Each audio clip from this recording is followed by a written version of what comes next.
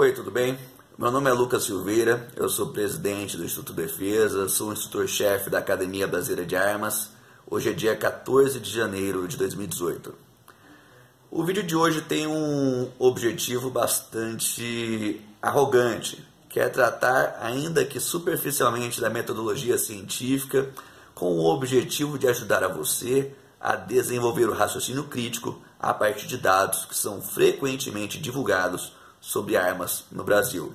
E a ciência não faz distinção se esses dados estão a nosso favor ou se estão a favor dos desarmamentistas. O primeiro ponto, o ponto central desse vídeo é que você saiba diferenciar os estudos descritivos, correlacionais e de causalidade. Descritivos, correlacionais e de causalidade. Os estudos descritivos têm o objetivo apenas de descrever, normalmente, determinado evento, determinada amostra, determinada população. A título de exemplo, imagine que você quer saber quem são os frequentadores padrão dos clubes de tiro pelo Brasil. Para descobrir isso, você vai fazer um estudo descritivo. Você vai estratificar uma amostra representativa da sua população. Ou seja, você não precisa perguntar para todos os associados do Brasil o que você quer saber. Você pode pegar uma amostra que represente associados em todo o Brasil. Então, vários clubes de tiro, várias regiões e assim por diante. E você aplica um questionário a essas pessoas que têm as perguntas cujas respostas você quer descobrir. Exemplo, idade, sexo, classe social e assim por diante.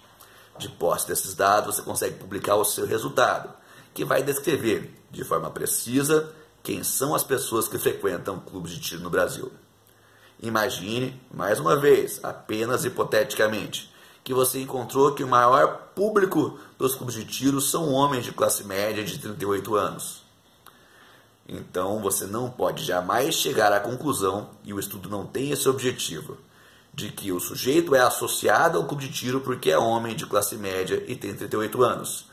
Muito menos que, se o sujeito é homem de classe média e tem 38 anos, que ele vai ser associado ao clube de tiro.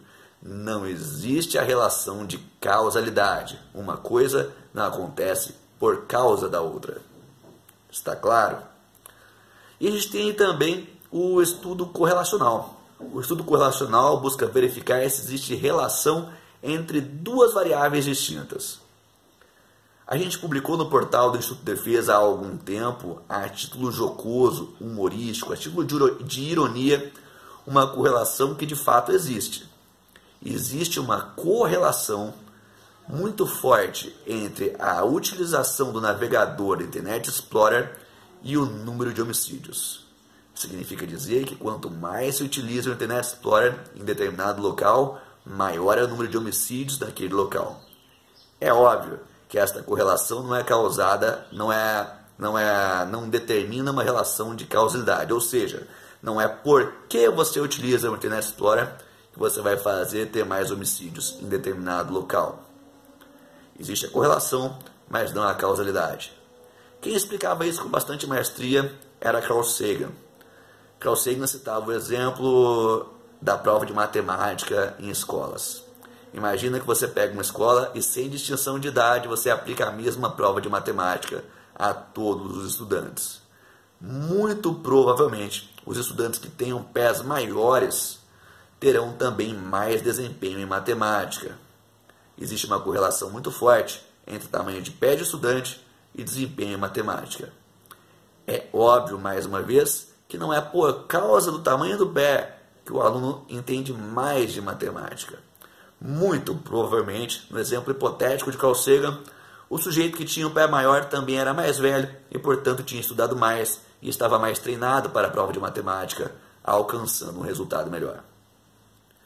Não pode se confundir, portanto, correlação com causalidade. Os estudos de causalidade são estudos que procuram responder, agora sim, por que existe uma relação entre A e B. Se A, então B, de modo que, se eu não tiver o A, o B não vai acontecer. Ou, se eu tiver o A, necessariamente, o B vai acontecer, melhor dizendo. Normalmente esses estudos são feitos por meio da metodologia experimental. Imagine, por exemplo, que eu quero descobrir que se o exercício com pesos torna as pessoas mais fortes. Então eu pego determinada amostra da população, determinado grupo, introduzo o treinamento com pesos, faço um teste de força aqui, treinamento com pesos, teste de força aqui. É muito provável que eu vá encontrar uma força maior no segundo teste. E eu tiro o treinamento com pesos e faço mais um teste. E o peso sai e a força diminui. Então é razoável supor que foi por causa do treinamento com pesos que essas pessoas ficaram mais fortes e depois mais fracas. Um típico estudo ABA. Veja bem, é muito difícil se fazer um estudo verdadeiramente experimental em uma variável como, por exemplo, a posse de armas de fogo no Brasil. É muito difícil que eu possa, em determinado período, liberar as armas, proibir e liberar de novo. Muito embora a gente saiba que a portaria 28 e o TRF4, quase a título humorístico, conseguiram fazer isso. Mas isso não é saudável, muito menos desejável para nenhuma população. Portanto, a gente tem que utilizar outras formas para comprovar a nossa hipótese. Se a nossa hipótese é de que mais armas causam menos crimes violentos, a gente vai ter que procurar meios para testá-la. Vou dar um exemplo de uma forma de se comprovar isso que pode te ajudar a entender. Por que é que o Instituto de Defesa publica nas suas redes sociais tantos estudos correlacionais ou descritivos? Quando existe uma série de estudos correlacionais feitos por vários pesquisadores em vários ambientes, chegando à mesma conclusão, é razoável supor que existe alguma coisa em comum em todos esses meios. Se a única coisa em comum em todos os meios for a posse de arma de fogo em estudos correlacionais e não existir nenhuma outra variável, como por exemplo renda, nível de desenvolvimento, índice de desenvolvimento humano, índice de Gini, qualquer coisa assim, parece razoável supor que existe sim uma relação de causalidade entre um fato e outro. Na prática, só para exemplificar, imagina que você está sendo traído, você acha que está sendo traído, e toda vez que você sai de casa, você olha pela janela do seu carro e a sua esposa está no telefone. Então, peraí, existe uma primeira evidência. Eu saio de casa, a minha esposa pega o telefone. Mas será que ela está pegando o telefone para me trair? Você não sabe. E você sorrateiramente pega o celular da sua esposa e vê lá que o contato era o Big Richard, o Ricardão. Então você sai de casa e você sabe que está recebendo ou fazendo ligação para o Ricardão. Mas você não sabe se isso de fato é devido a uma traição. Mas a cada coisa que você descobre, fica mais difícil acreditar que a sua hipótese, você está sendo traído, está cada vez mais próxima de uma confirmação razoável. É ou não é? E aí agora você sabe que ela liga para o Ricardão, e no outro dia você chega em casa e tem uma cueca na sua cama desarrumada. Você não acha que a esse ponto, mesmo sem que você tenha pego a sua esposa no ato, é razoável assumir que você está sim sendo traído e que o Big Richard está frequentando a sua casa e a sua cama? Parece que sim. Quando existe uma série de evidências que, embora não expliquem individualmente uma relação de causalidade, mas que em conjunto representam uma única coisa em comum, porte de armas, que modifica a outra variável, índices violentos, é razoável supor que sim, nós estamos corretos em afirmar a relação de causalidade. É importante dizer, a prova científica, ela nunca é conclusiva. O que se entende como aceitável pela ciência hoje, de posse de novas evidências, pode não ser amanhã. Compreenda bem o método científico para que você saiba interpretar os dados expostos pelo Instituto de Defesa.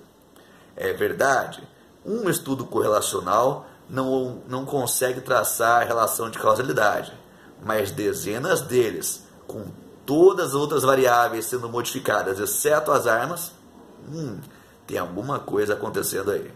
Confere conosco, acesse o nosso portal www.defesa.org, na seção Estatística e Ciência para saber mais. E ainda, se você quer nos ajudar a divulgar essas informações, torne-se um membro do Instituto Defesa. É possível fazer isso por 2 meios.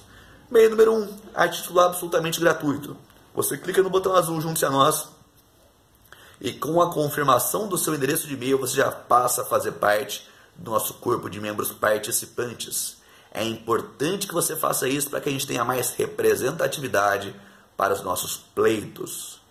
Se você quer fazer algo mais, você também pode, a partir do passo anterior, se filiar pelo meio da aba assinatura. Você faz então um cadastro completo e por cerca de 50 centavos por dia ou R$ 189 por ano, você passa também a ser um membro contribuinte. Alguns meses depois você recebe a sua carteirinha que eventualmente pode fornecer benefícios em cursos, lojas, clubes e assim por diante.